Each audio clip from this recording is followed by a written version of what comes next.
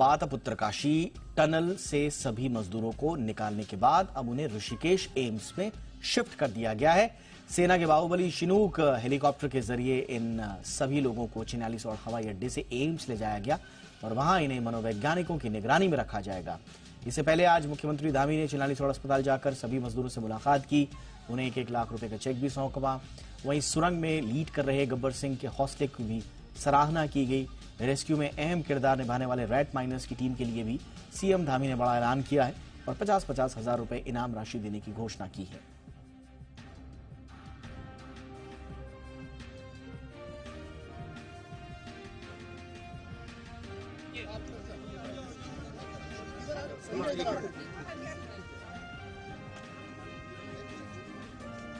कल मैंने 1 लाख रुपए की जो सभी को प्रोत्साहन की घोषणा की थी, उसके चेक भी दे दिए हैं। और जो लोग जो अंदर जाके जिन्होंने टनल के अंदर खुदाई की है, उन सभी को भी राज्य सरकार की तरफ से 50-50 हजार रुपए की धनराशि दी। 17 दिन बाद सिलक्यारा सुरंग से निकाले गए 41 मजदूरों से पीएम मोदी ने भी फोन पर बातचीत की। सफल रेस्क्यू ऑपरेशन पर पीएम मोदी ने खुशी जाहिर करते हुए कहा, ये बाबा केदारनाथ और भगवान बद्री की कृपा रही। पहले तो मैं सभी आपके और आपके सभी साथियों को बधाई देता हूं। एक सुखरूप हम इतने संकट के बाद भी निकल पाए और मेरे लिए तो बहुत ही खुशी की बात है।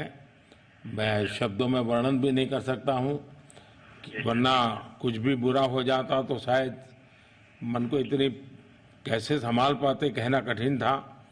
लेकिन ये केदारनाथ बाबा की, बद्रीनाथ भगवान की कृपा रही कि हम सब कुशल आप लोग आए हैं और 16-17 दिन समय कम नहीं होता है। आप लोगों ने बहुत बड़ी हिम्मत दिखाई और एक दूसरे का हौसला बनाए रखा। ये सबसे बड़ी बात है, क्योंकि ऐसे समय इन्हें रेलवे के डिब्बे में भी साथ साथ चलते हैं तो कभी न कभी तो तू मैं हो जाती है, लेकिन उसके बावजूद भी आपने सारा धैर्य रखा।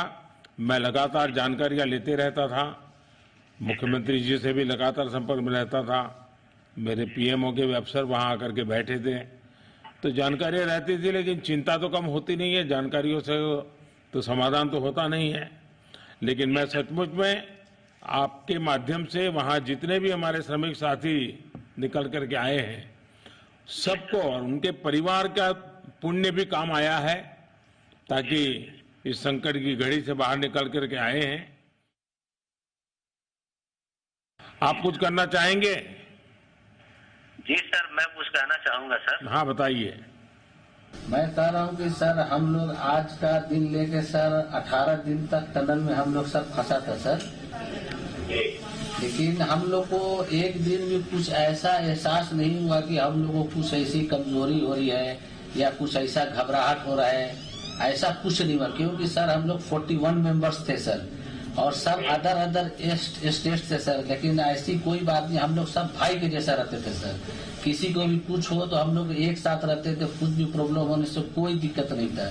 खाना आता था, खाना भी सब मिलजुल के बांट के सब एक जगह भी हम लोग खाते थे सर। और रात में खाना खाने के बाद भी जितने भी हमारे आदमी थे सबको मैं बोलता था कि चलो एक बार टहलते हैं। मतलब टनल का जो हमारा लेंथ है सर 2.5 मीटर हो गया सर, ठीक है, वेस्ट का वेट 2.5 किलोमीटर हो गया सर। उसमें हम लोग टहलते थे सर।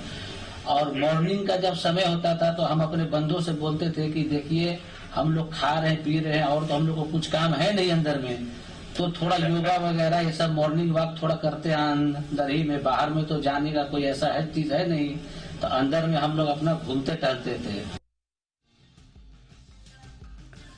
17 दिन बाद सिलक्यारा सुरंग से निकाले गए 41 मजदूरों को बचाने के पीछे सबसे बड़ा हाथ गब्बर सिंह का रहा और सबा अहमद का रहा। उन्होंने अपने सभी साथियों को संभाले रखा और सब बाहर की हवा में अब सांस ले रहे हैं। इस पूरे ऑपरेशन के दौरान सुरंग में 3 पाइप भी अहम रहे, जिनकी वजह से 41 श्रमिकों की जान बची। पहले नंबर पर 4 इंच की पाइप है जो पहले से सुरंग में मौजूद थी। 12 नवंबर को श्रमिक जब फंसे तो अंदर पानी भरने लगा, मलबा ज्यादा था और किसी से संपर्क नहीं हो रहा था, इसलिए गब्बर सिंह ने पंप चलाया और पाइप से बाहर फेंक दिया। यही उनके जिंदा रहने का सिग्नल भी था। इसी 4 इंच की पाइप से श्रमिकों से बात भी हो पाई। दूसरा जो पाइप था वो 6 इंच का रहा, जो रेस्क्यू के दौरान डाला गया। 20 नवंबर को इस पाइप से श्रमिकों को खाना भेजा गया और 9 दिन बाद अंदर फंसे 41 लोगों को सॉलिड फूड मिल पाया। इस सफलता ने अंदर फंसे श्रमिकों का हौसला बढ़ाया तो रेस्क्यू में जुटी टीमों का भी उत्साह बढ़ा।